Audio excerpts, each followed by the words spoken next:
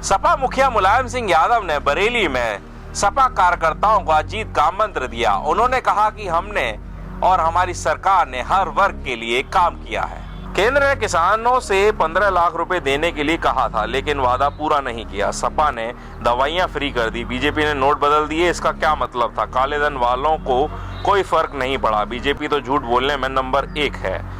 Punjab Kesari TV के लिए बरेली से कैमरामैन रवि के साथ ब्रजभूषण।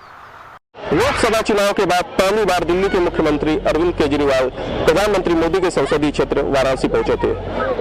अरविंद केजरीवाल ने नोटबंदी को लेकर एक यहाँ सभा का आयोजन किया था, जिस पे उन्होंने मोदी सरकार पर खूब निशाना साधा।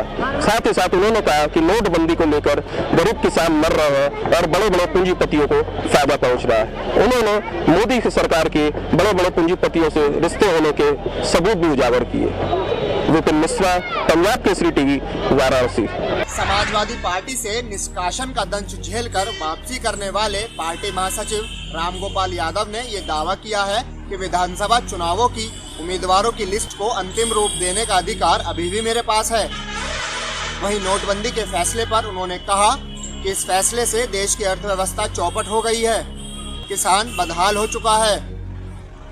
वहीं पत्रकारों द्वारा कांग्रेस और सपा में गठबंधन के सवाल पर उन्होंने कहा, इस फैसले पर नेताजी कई बार बोल चुके हैं, मेरी इतनी हैसियत नहीं कि मैं इस फैसले पर दोबारा कुछ बोलूं। वहीं सोने की सीमा को निर्धारित किए जाने पर उन्होंने केंद्र सरकार को घेरते हुए कहा कि अगर आयकर विभाग गांव में आए तो गांव वाले उन्हें मारें। वहीं इनकम टैक्स की टीम को गांव में पिटने से कोई नहीं रोक सकता। गाजियाबाद से आकाश गर्ग, पंजाब केसरी टीवी। भारतीय जनता पार्टी के राष्ट्रीय उपाध्यक्ष विधायक सुरेश राणा ने सहारनपुर में पार्टी द्वारा आयोजित युवा सम्मेलन में बोलते हुए कहा कि प्रधानमंत्री नरेंद्र मोदी के नेतृत्व में दुनिया की कोई शक्ति भारत को विश्व गुरु बनने से नहीं रोक सकती। उन्होंने दावा करते हुए कहा कि अब की बार सर्जिकल स्ट्राइक आसपास नहीं बल्कि लाहौर में की जाएगी।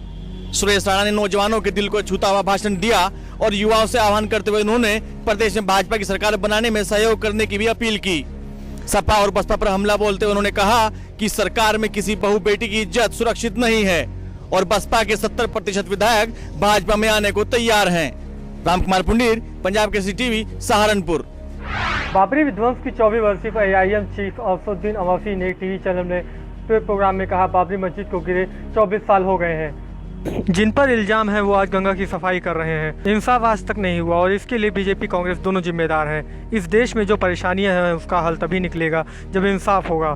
जब तक इंसाफ नहीं होगा परेशानियां बढ़ती जाएंगी। अफसोस इस बात का है कि 24 साल हो गए बाबरी मस्जिद की शहादत हुए, अभी जिन पर इल्ज़ाम है लगाया गया न उन पर मुकदमा चलाया जाता है न उन्हें छोड़ दिया जाता है। मुंबई में बम ब्लास्ट हुआ, सबको सजा हुई, फांसी हुई, हर जगह हो जाता है, मगर ये गाड़ी रुक जाती है। ना इंसाफ की ये हमें बड़ी फिक्र करती है।